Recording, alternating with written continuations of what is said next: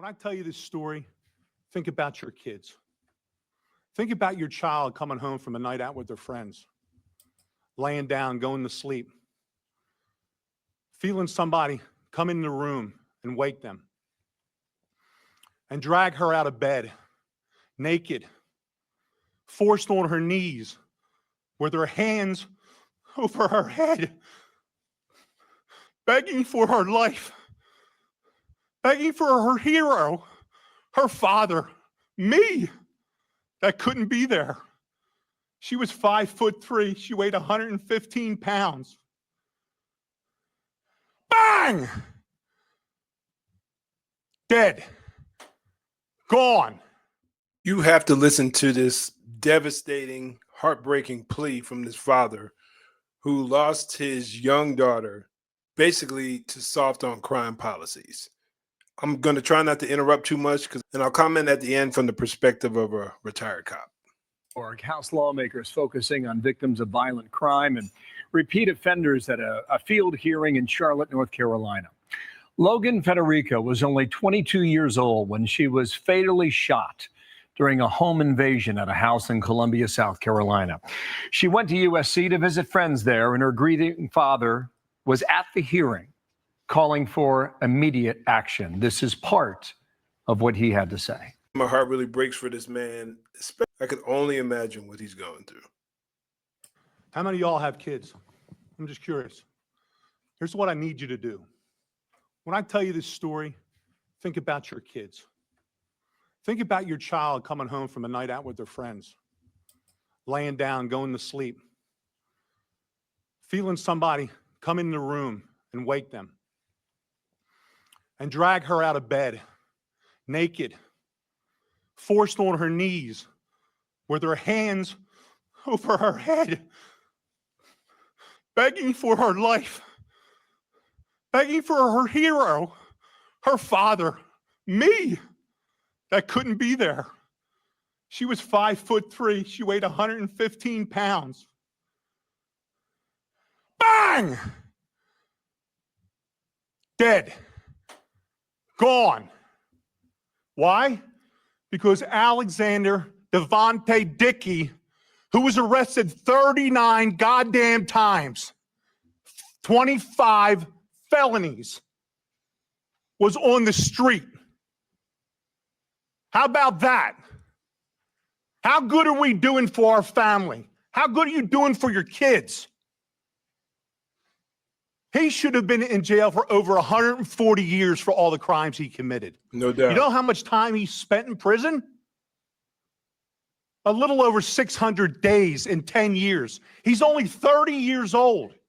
He was committing 2.65 crimes a year since he was 15 years old. But no.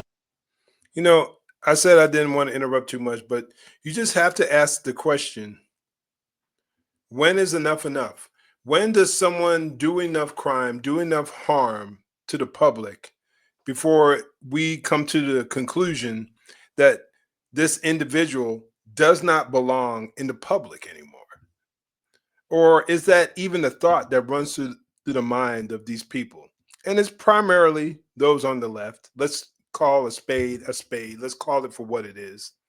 They are the ones who are the soft on crime party and who are more likely than not to allow hardened criminals back out on the streets.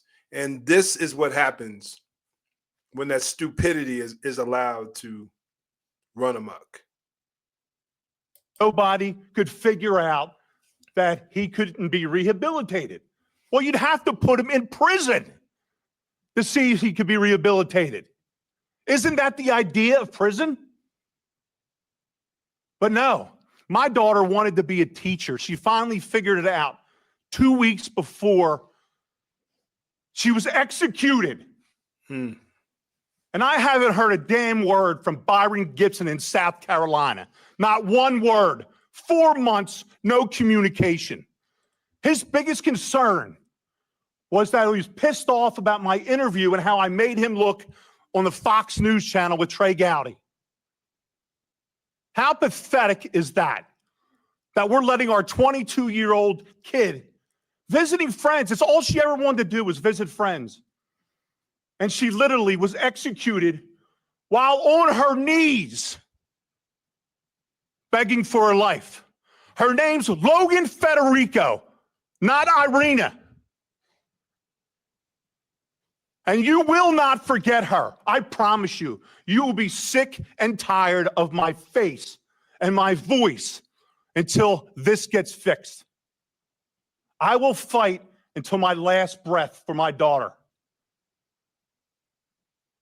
You need to fight for the rest of our children, the rest of the innocents, and stop protecting the people that keep taking them from us.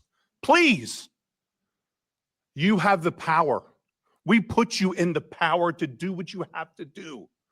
We're asking you, we're begging you all to stop this. 39 crimes in 10 years, 25 felonies. Can anybody here explain to me, well, how possibly he could be on the street? Possibly be on the street. How is it possible? Same political party. I could sit down in a room and I could explain the whole process of how it failed, how South Carolina failed, Logan. Okay? How lack of communication. What y'all did, you woke up a beast and you pissed off the wrong daddy. Because I'm going to put it out there. And I'm not going to be quiet until somebody helps. Logan deserves to be heard. Everyone on this panel deserves to be heard. And we will. Trust me. My daughter laid on the floor for 7 hours before somebody in that house recognized that something was wrong.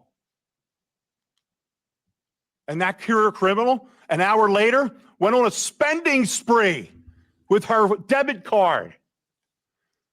When they saw his face on a video, they didn't have to do a check. He was arrested so many times, they knew who he was. They knew exactly where to go get him.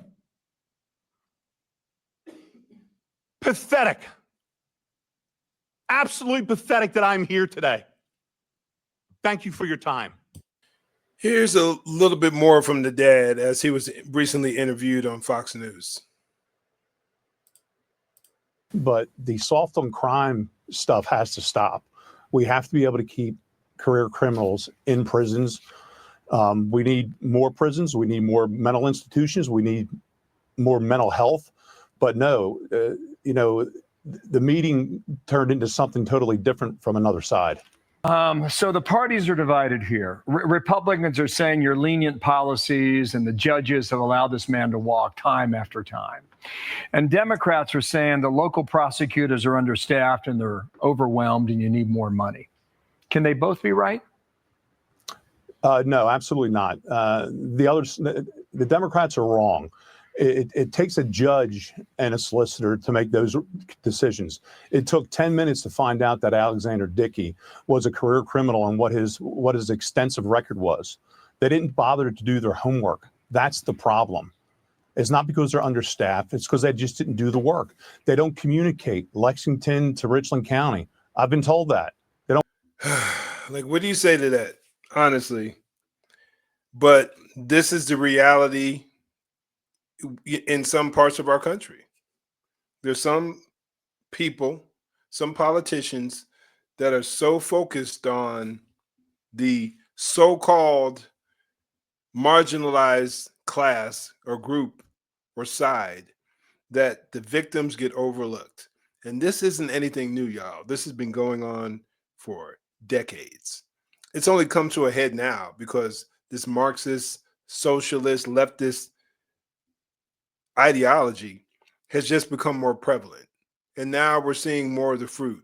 And with social media, we're seeing these situations happen more and more. These folks will tell you that minorities and certain people get mistreated in the criminal justice system. And those situations do happen. Let's be real.